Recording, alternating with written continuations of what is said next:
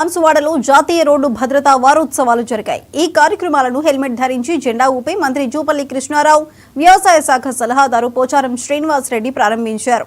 వీరితో పాటు MP Suresh Shetkar, Agros industries chairman కాసుల బాలరాజు తదితరులు ఉన్నారు। మాజీ సీఎం కేసీఆర్, కేటీఆర్, హరీష్ రావులపై మంత్రి ఫైర్ అయ్యారు।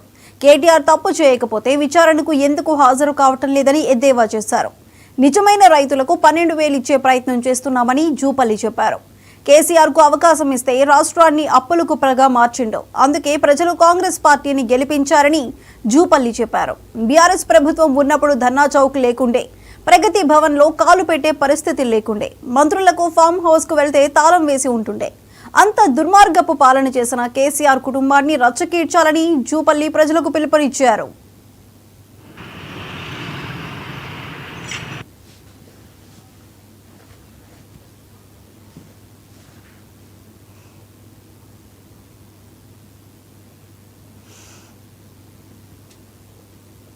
కాంగ్రెస్ పార్టీ శ్రీరామ రక్ష ఎవరు మర్చిపోవద్దు। బంగారుపల్లిలో రాష్ట్రాన్ని అప్పజెప్పినవని మాట్లాడేది అంటే మరి బంగారుపల్లి ఏముందని బట్టలు చూస్తే అప్పుడు కుప్ప చిప్ప చెతికిచ్చారు।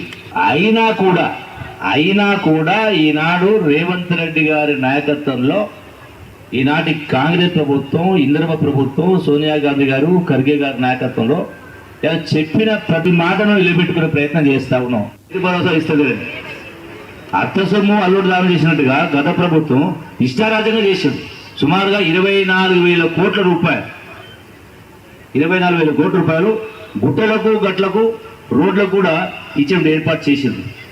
ఈరోజు అవన్నీ కూడా సమీక్ష చేసి మన క్యాబినెట్లో అందరికీ ప్రతి రైతు కూడా గత ప్రభుత్వం సంవత్సరానికి 10,000 ఇస్తే ఈ ప్రభుత్వం 12,000 రూపాయలు ఇచ్చేది।